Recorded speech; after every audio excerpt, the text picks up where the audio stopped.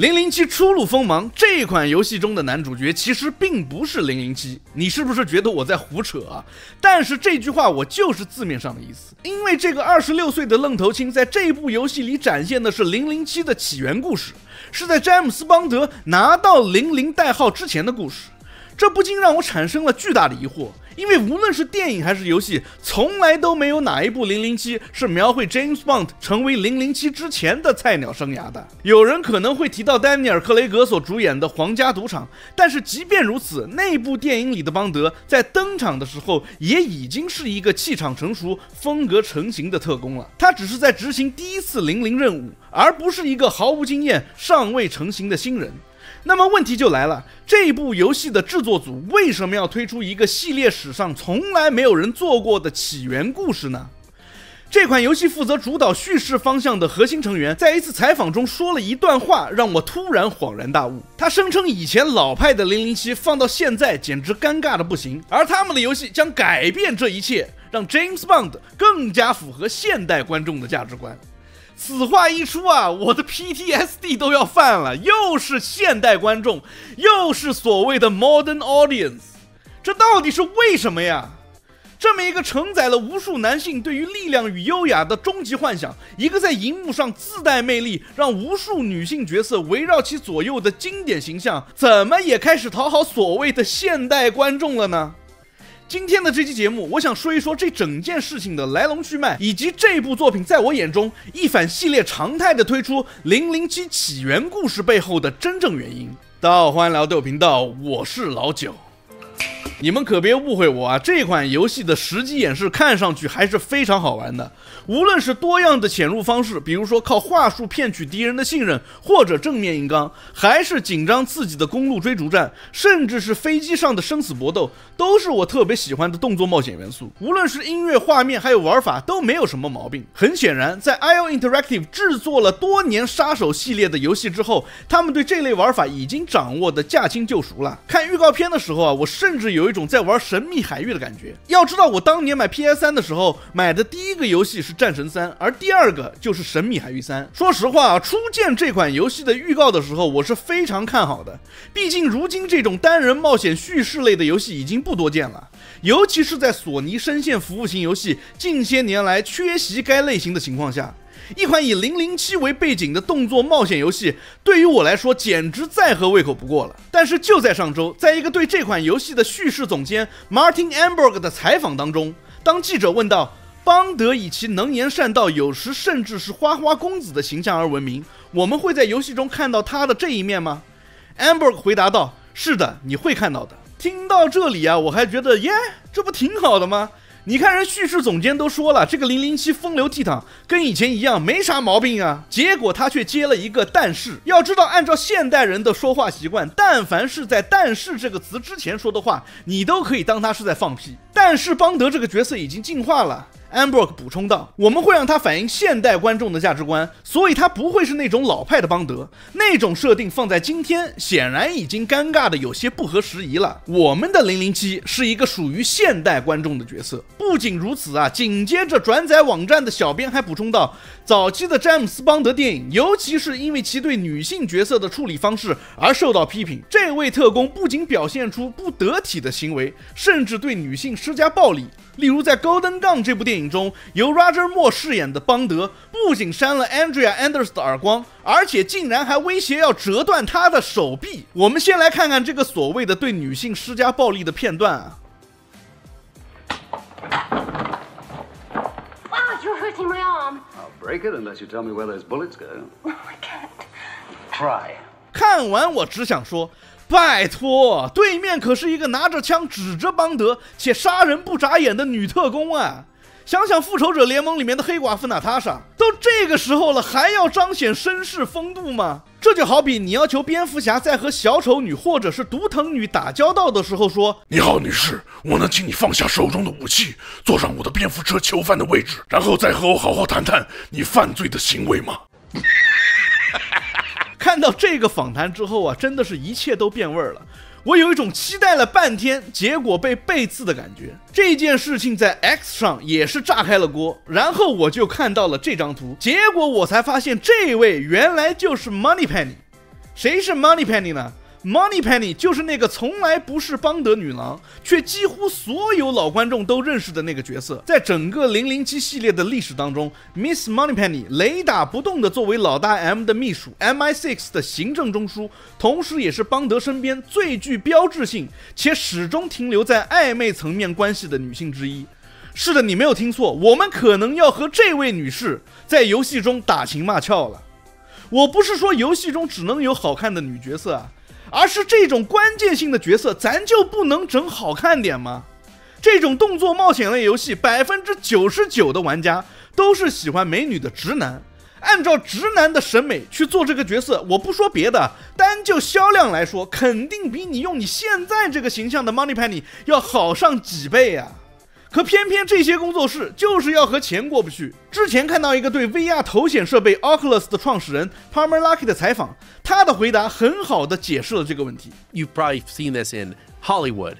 You certainly see it in the games industry, where you have people who are joining the industry not because they want to make great games, not even because they want to make money. And I'd say like making great games is the best reason. Making money is an acceptable reason.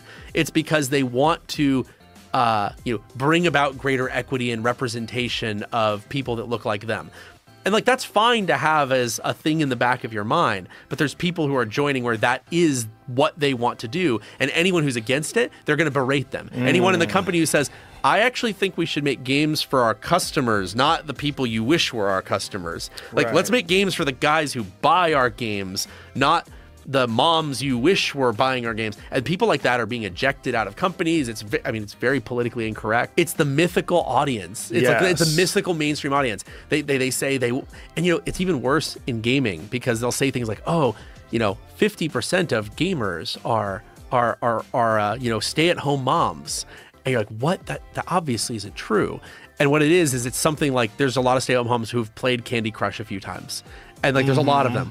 And they're like, therefore, we need to build to that market. Okay, like, I don't want to get into a fight over like what a gamer is, but what do you think sounds like a better business plan? To go after the young men, primarily, who buy a dozen $50 games a year, or the mom who once spent $5 on Candy Crush? Like, there's kind of, and if you say that, if you put it the way I just put it, they're like, that's so sexist of you.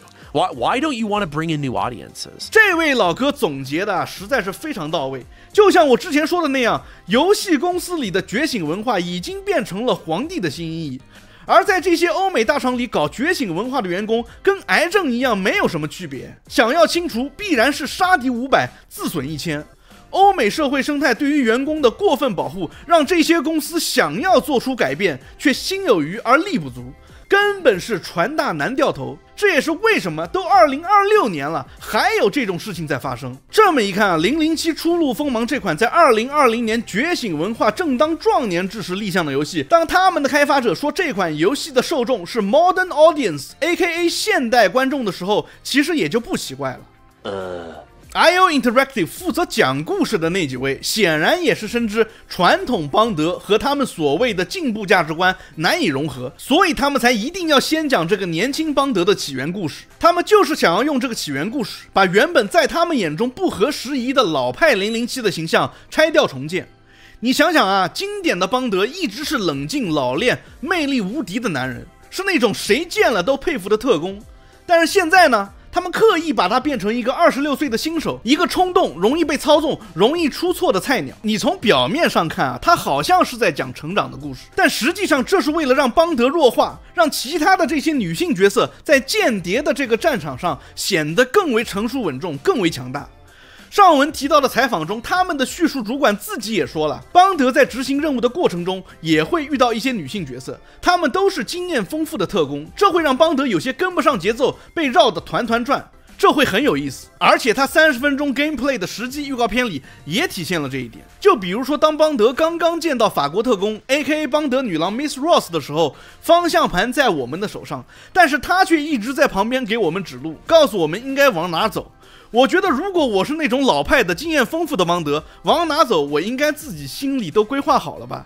但这裡你偏偏是個新手，別人給你指路的橋段一下子就合理了起來。也許你會說這是因為遊戲性的需要才讓 Miss Ross 來給你指路的，但是如果是老派的邦德，遊戲其實可以換一個更好的方式來做引導的。而且這個實機視頻裡看到最多的還是邦德年輕莽撞的一面，比如 Moneypenny 讓他在停車場待命等待目標009的出現，結果他為了調查可疑的工作人員，直接擅離職守，莽撞的潛入目標宅邸。我都能猜到啊，後面肯定會有一個任務，我們年輕的詹姆斯邦德不聽 Miss Moneypenny 的指揮，最終導致任務失敗，甚至害死同伴。然後結局就是失落的邦德重新振奮，在各路女俠的指引下成功通關，走一遍拯救世界、化解危機的橋段。而這一切改造的最終目的，就是他們試圖通過一個看似合理的成長框架，將經典邦德身上那些被他們認為所謂過時的特質，也就是那份近乎傲慢的自信、不容置疑的主導權，以及帶有舊時代印記的浪漫，通通解釋為不成熟的表現。等到遊戲結尾，當年輕的邦德經歷所謂的磨難成長起來時，他所蛻變的很有可能已不再是觀眾記憶中的那個007，而是一個符合制作組現代價值觀的全新模板，一個懂得團隊協作、善於傾聽女性意見、情緒穩定且政治正確的新時代特工。而007的起源故事在這裡就成了一個絕妙的工具。而這個故事的創作者，也就是 IO Interactive 搞敘事的這幫開發者，他們其實並不是改編者，而實際上成為了定義者。他們想要重新塑造007的起源，一旦這個所謂的改良版的起源被廣泛接受，那麼往後所有關於邦德的敘述都有可能建立在這個新的地基之上。所以說 IO Interactive 選擇用007的起源故事開篇，雖然說並沒有破壞故事的合理性，但是它是一次對文化記憶的介入手術，而手術的結果很有可能是一個被抽走了核心魅力、變得面目模糊的普通特工，而不再是那個讓人聞風喪膽、風流倜儻、極致優雅的英國特工007。Later. 最近正值 CES 2026展會，我看到這個遊戲真的做了非常多的宣發，可它原定於3月份的發售，現在竟然也延期了2個月。在我看來，這2個月的時間不可能再有什麼大的改動。如果說有什麼他們能做的，大概率也就是做優化了。因為他們的實機演示和最近放出來的機器配置要求，說實話有點差強人意了。不過最後的最後，我還是真心的希望我是錯的。我真心的希望這個年輕的詹姆斯邦德能在故事的中段就成長起來，然後不再被這些 girl boss 耍得團團轉。這個要求很過分嗎？我覺得一點也不。我只是希望007能有007原本的樣子而已。Anyways， 歡迎收看地手頻道，感謝大家的陪伴。如果你也有對007初露鋒芒的看法，歡迎在評論區分享，也別忘了訂閱、關注、點讚、收藏。我們下期見 ，Peace。這特好 I don't give a damn。我天，我覺得我是幫你省了100萬，天哪，特好特好，你看你自己看。